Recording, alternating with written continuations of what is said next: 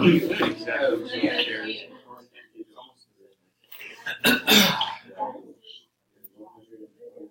right. Our last quadrilateral to talk about is a kite. All right, we've got a few properties of kites listed up top here.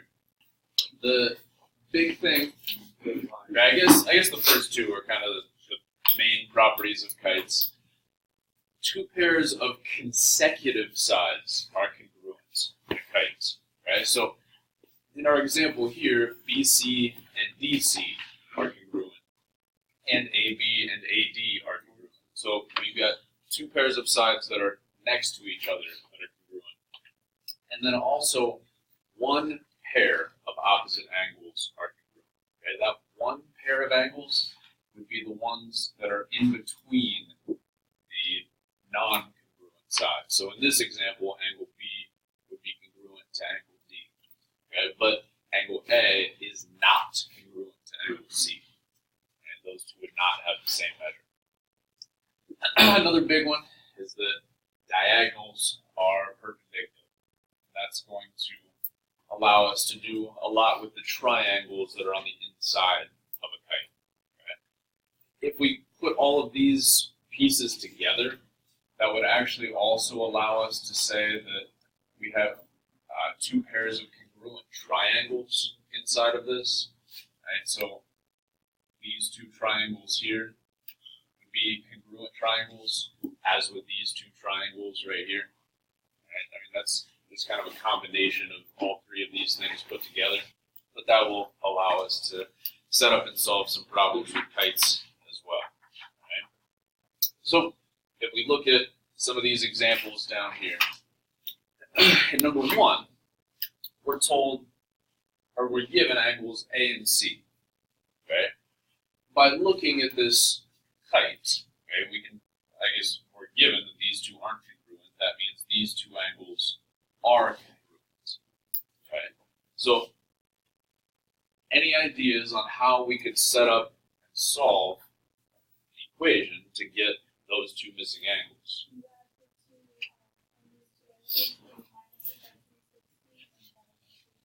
Right.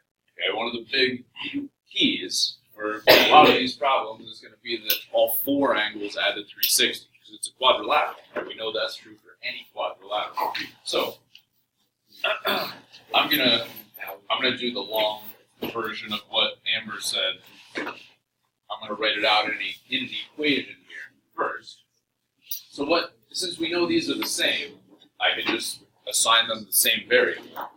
So I can set this up as x plus 85 plus 43 equals 360. Okay, all four of those angles will add to 360. Combine my like terms. 2x plus 128 equals 360. Subtract that 128 over. 2x equals 232. Divide by 2. Get x equals 116. How do we know what they're going to do if triangle is easier? Well, we know in a kite exactly one pair of opposite angles are congruent. So since we know this pair is congruent, we know this pair is. So that tells me that both of these angles are 116 degrees. And that's less.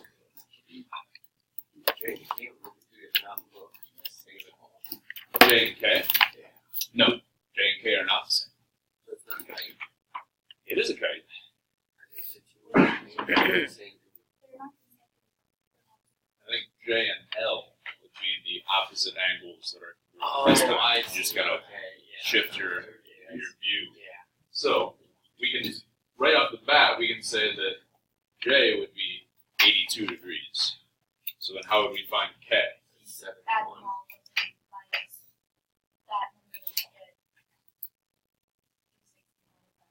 Right. You have two, or you only have one.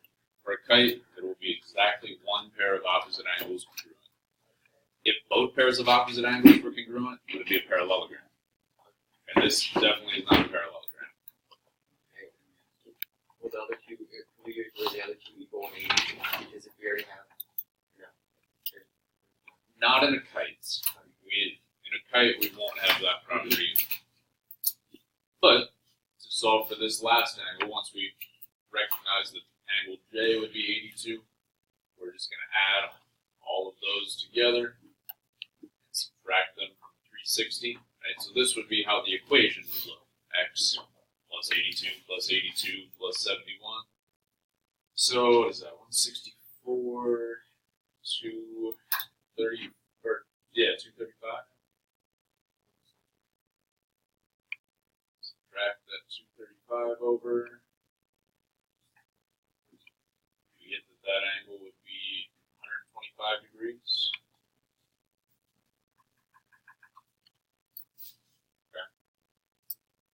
Okay. Questions so far?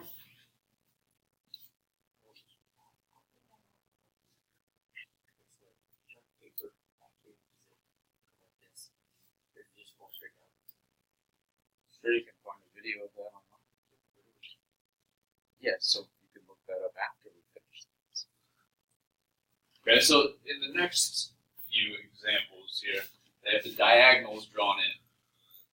So a big part of what we're going to look at for questions like this is the fact that the diagonals are perpendicular. So I automatically know that all of these triangles that are created are right triangles. Right? That's going to let me solve for a lot of missing information here. So for number 3, the only thing I know is that angle QPR is 37 degrees. So first thing I want to find is PTQ. I guess we already said that that's 90. Right? Then angle PQT. How would I find that one? 37, 90, 180, yeah. Together, they all. Yes. We're going to look at this triangle here. And we know 2 of the angles. Right? This one's 37, this one's 90. So we know all 3 of them should add to 180. So we could just say x plus 37 plus 90 equals 180. So subtract 127 over. And we'll get that angle is 53. So then they want angle QRT.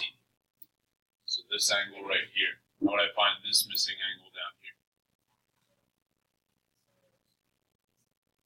Yeah. So we mentioned that these would actually end up being congruent triangles. So if this angle is 37, this angle is 37. What's that? Only a little bit. So, questions? Why don't we take a minute and you guys try the next couple here. Okay, try to find these missing angles using those properties.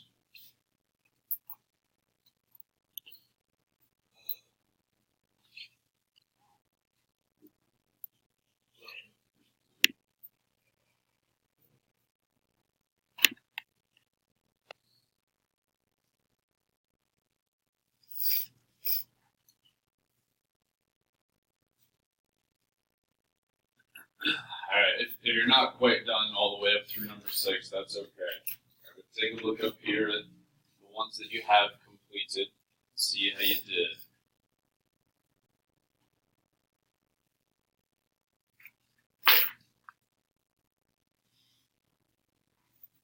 What questions do we have?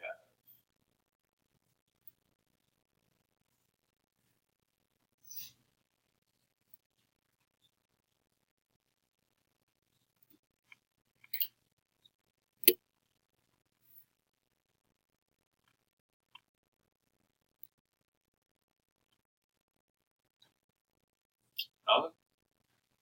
Feel pretty good on this? Cool.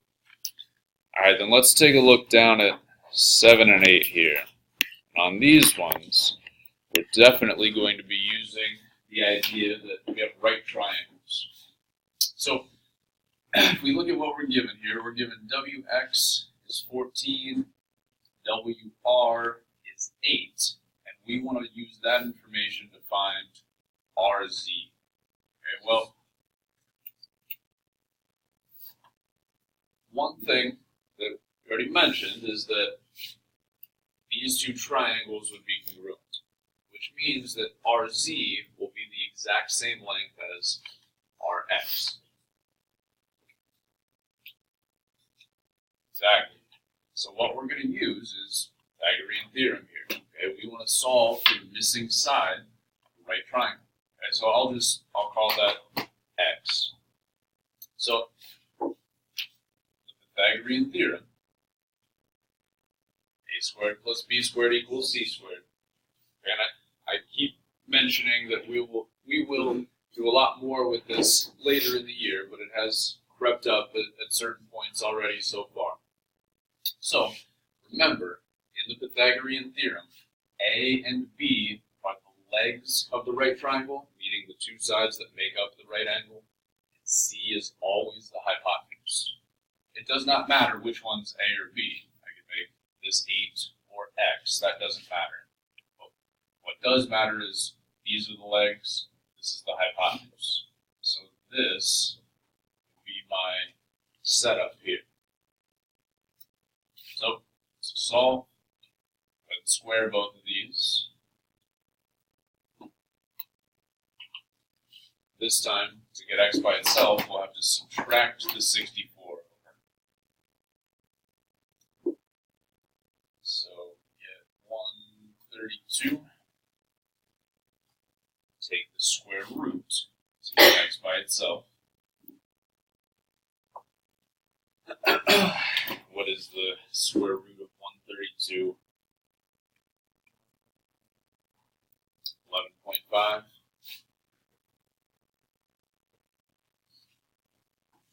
Okay. So we found the length of XR, but we said that's going to be the exact same as RZ. So our answer, RZ, would be about 11.5.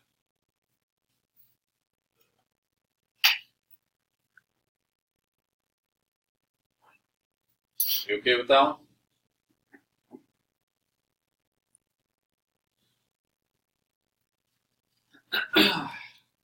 See if you guys can try number 8 then.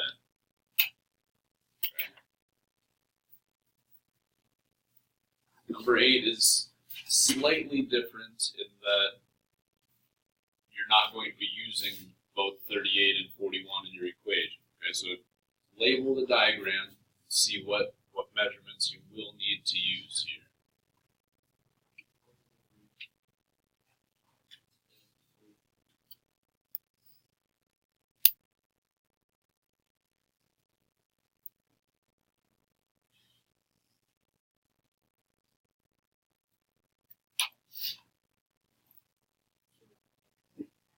Yes.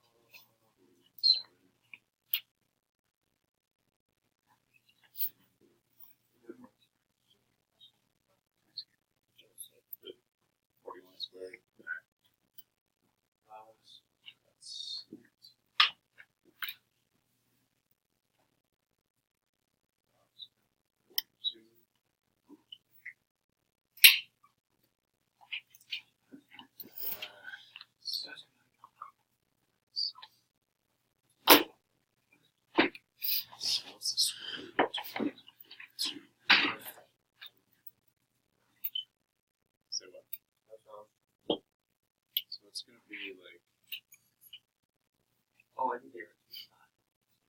45 or something. 45.188.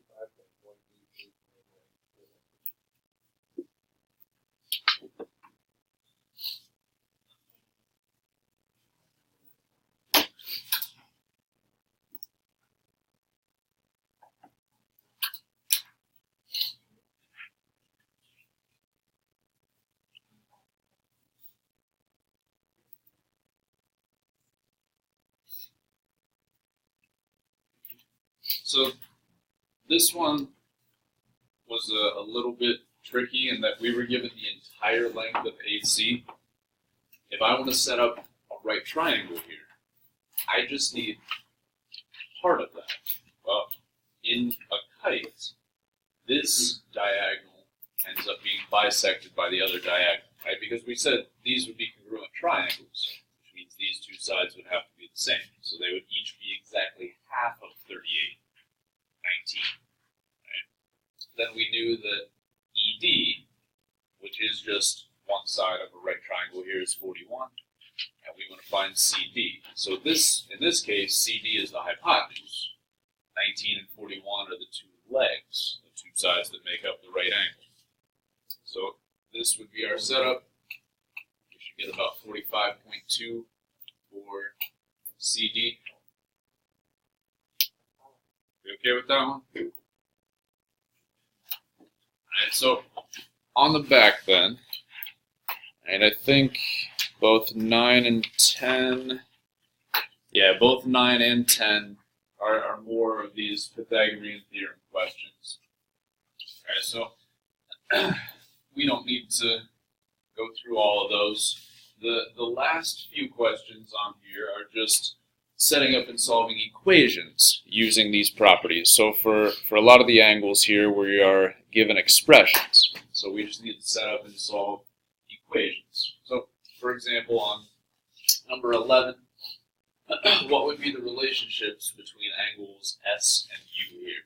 Equal to each other. They're congruent, so we would set them equal to each other. Right? So the setup would just be 13x minus 32 equals 7x plus 22.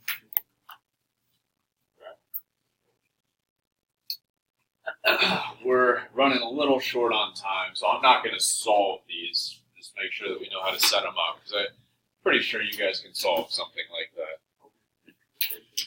So what about something like number 13 here? Yes. So I'm given expressions for angles A and C, and then an actual measure for angle D. How would I set up and solve something here for X? Aren't those all equal to 360? All four angles will have to add to 360, but I don't have anything for B. What do I do for that? Well, since we already have expressions with X, I can't just call that X. D is 109. It's 109. Yeah. B and D will be exactly the same. So, my setup here can be 109 plus 109 plus 5x plus 14 plus 3x plus 8 equals 360.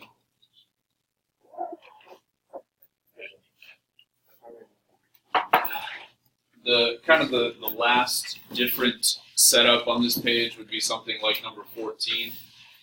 Okay. The key on something like this is to look at one of the triangles that's created here. Okay, I know it's a right triangle. I know the diagonals are perpendicular. So then I can say all three of these angles would add to 180. Right? So 9x plus 1 plus 23x minus 7 plus 90 equals 180.